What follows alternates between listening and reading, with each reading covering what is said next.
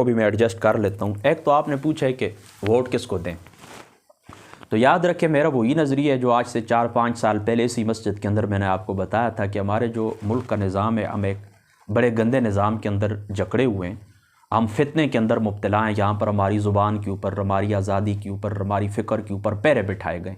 यहाँ पर आप अपनी मर्ज़ी से न रो सकते हैं, यहाँ पर आप न अपनी मर्ज़ी से हंस सकते हैं। वो एक मेरी बहन है बरतानिया के अंदर होती है, उन्होंने बड़ा प्यारा जुमला बोला। वो कहते हैं तुम्हारा जो मुल्क है पाकिस्तान, उन्होंने मुझे कहा है कि ये बस नफ्सियाती मरीज़ों के रहने की जगह है और ग़ुलामी की ज़िंदगी, और इसमें ज़रा बराबर भी कोई शक शुबे की गुंजाइश नहीं है। तो ये एक ऐसा निज़ाम है कि इस निज़ाम के तहत मैं तो ये समझता हूँ कि वोट डालना ही आराम है, वोट डालना ही नहीं चाहिए।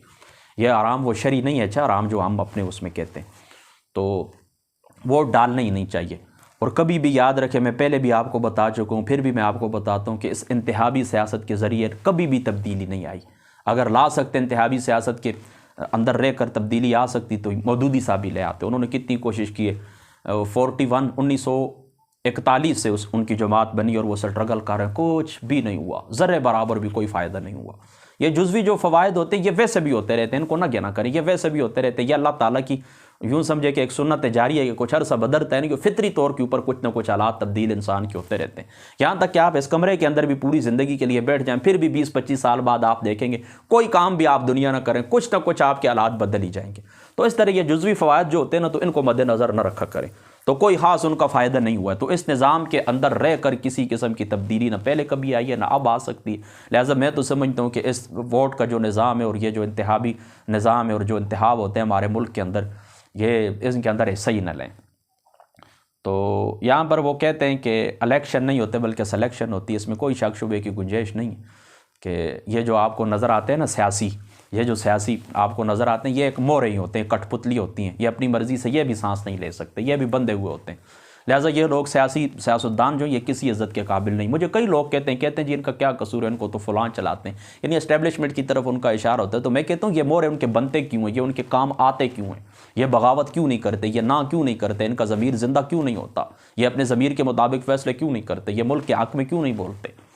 तो ये जिस तरह उनको चलाते हैं, इनकी रोटियां लगी हुई हैं ना, खाना पीना। तो लिहाजा पूरी ज़िंदगी के अंदर मैंने कभी भी ये कोई भी सियासी इसके पास मैं बैठा नहीं हूँ, कभी उनके साथ खाना पीना आना जाना कोई इत्तेफाकन इस तरह कोई मुझे याद नहीं कि शादी की तकरीब में इकट्ठे हो गए, तो मुझे नहीं पता। बहरहाल कसदन जिसको कहते हैं, पूरी ज़िंदगी मैंने ये अपने बात ऊपर लाजिम की थी कि इस मुल्क के किसी सियासतदान से हाथ मिलाना, सलाम लेना, सलाम करना ये कभी नहीं करेंगे, और अल्लाह ताला का शुक्र है कि कभी नहीं किया है, अल्लाह पाक का शुक्र है।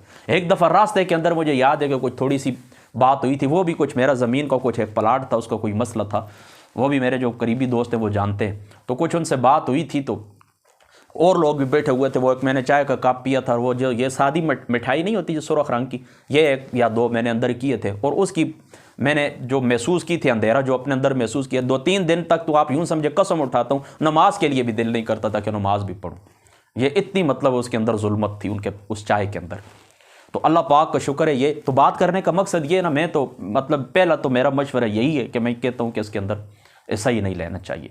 फिर दूसरी बात इस तरह अगर आप ऐसा लेते हैं, ठीक है, आप समझते हैं, आपको कुछ लगता है, यानी तब्दीली अगर आप कहते हैं ना, तो वो ही जो जिसको कहते हैं ताकत के बलबूते के ऊपर आएगी, जिसको कहते हैं ना फैसला कुन टकराओ, यही बस अगर कुछ हुआ किसी भी सूरत के अंदर, चाहे अवाम में से कोई बंदे उठ खड़े हुए, चाहे इस तरह के कोई फौजी जर्नैल सामने आ जाए, किसी सियासतदान की गैरत जाग जाए, कोई आम बंदा सिविल आदमी खड़ा हो जाए, लोगों को जमा कर ले और बाकायदा इस निज़ाम के साथ टक्कर ले, इसको दरिया बुर्द करे, फिर कुछ हालात अच्छे हो जाएं, तो मैं कुछ नहीं कह सकता। जिस तरह ये जो सिलेक्शन इंतखाबात की तारीख मेरे सामने, पाकिस्तान के अंदर 13 इंतखाबात हुए, तो मुझे बताएं इनके अंदर क्या फ़ायदा हुआ, पहले कुछ तब्दीली आई है? कभी नहीं। पीपल्स पार्टी को आप देख लें, 4 दफ़ा जुल्फ़िकार अली भुट्टो साहब, फिर 2 दफ़ा मुहतरमा बेनज़ीर भुट्टो रहमतुल्लाह ताला अलैह, अल्लाह ताला उनके दर्जात बुलंद करे, और फिर दूसरा जरदारी साहब की देखें, 4 दफ़ा इन्होंने, अब भी ये रोते हैं, कहते हैं कि हम अब आएंगे तो ये करेंगे, तो अब आएंगे, तो अब आवाम को भी आंखें खोल लेनी चाहिए कि आपके साथ क्या 75 बरस गुजर चुके हैं, बरसों के अंदर आपके साथ क्या होता रहा है। तो मैं तो इस हक़ के अंदर बिल्कुल भी नहीं हूँ, ठीक है, बिल्कुल इस हक़ के अंदर नहीं हूँ। बहरहाल हनीफ कुरैशी साहब उस दिन वो साद रिजवी और उनकी जो मुलाकात हुई, उसके बाद उन्होंने जो इंटरव्यू दिया, एक अच्छी बात उनकी मुझे लगी है कि चलो अगर आप फिर आप ऐसा लेते ही हैं, तो फिर इस तरह के अच्छे बंदे का जो सवाल एक सामने नज़र आता है, फिर आप उसका ही इंतखाब कर लें। ज़ाहिर सी बात है कि एक बंदा सुबह सुबह उठ के दाढ़ी को इस तरह करता है कि वो नीचे उतार के गंदी नालियों में फेंक देता है, तो फिर शराब कबाब की वो महफिल सियासतदानों की शक्लें देखनी हो, तो सियासतदानों के माश की एक किताब है और एक पार्लियामेंट से बाजार है, उसंदा इन 2 किताबों को पढ़ें।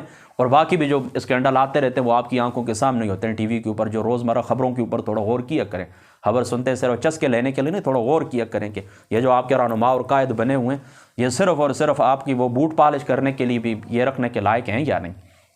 मेरी बात आप समझ गए ना। तो फिर इस तरह ना कि एक तरफ ये शराबी कबाबी और दूसरी तरफ एक आलिम दीन हो, काल अल्लाह काल रसूल करने वाला हो, चेहरा उसको खूबसूरत हो, नूरानी चेहरा, हुजूर की सुन्नत सार के ऊपर, तो बात इस तरह फिर उसी का इंतखाब करें। फिर मेरी तो आपको यही दरख्वास्त इतना ही मैं कह सकता हूँ। यानी फिर देखें ना वो क्या कहते हैं कि आहवन अलबलियतैन, जब दो, अब ठीक है हम तो ये कहते हैं कि जब तब्दीली नहीं आ सकी तो चलो फिर आप करते ही हैं, तो फिर जाहिर सी बात है फिर उनके हक में वोट का माना तो यही होता है ना कि गवाही देना, तो फिर उनके हक में गवाही क्यों देते हैं कि ये बंदा काबिल है। फिर इन लोगों के हक में गवाही दें जो काल अल्लाह काल रसूल कहने वाले।